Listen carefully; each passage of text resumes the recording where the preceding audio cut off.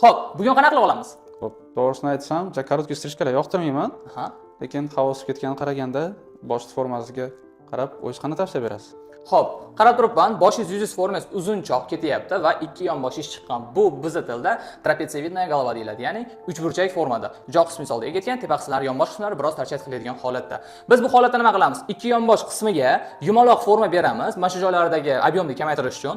Bu orqali biz более овальный formaga keltirsak bo'ladi. Lekin yonbosh qismini, pastki qismlarini kalta olish, foyt olish tavsiya qilmayman, chunki qulog'ingiz ochilib, tarchat qilib, bilintirib qo'yishi mumkin. Ya'ni battar uchburchak qilib ko'rsatib berib qo'yadi.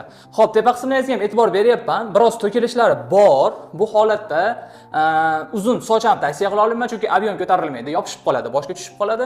Ochishda kaltasini ham ko'ra olmayman, chunki kal joylari, zalisinalarimiz bilinib qolishi mumkin. Peshona qismimizni ham ko'ryapman. Oldi qismiga qaraganda ikki yonbosh ham biroz to'kilgani uchun 1 sm dan kirib ketgan. Bu unchalik vahimali narsa emas. Buni zigzagobrazniy formada olib, ya'ni oldi qismini kaltaroq, ikki yonini uzunroq qoldirgan holda taraganimizda bir tekisda qilib yopib olishimiz mumkin. Bu bilan sizni qoshingizni, ko'zingizni va bet formangizga tushadigan darajada peshona qismingizni yopib, taralaydigan strижка qilsak bo'ladi. Nima deysiz? Ma'qulmi? Bo'ladi. Ketdik. Oppa! Nima qildingiz?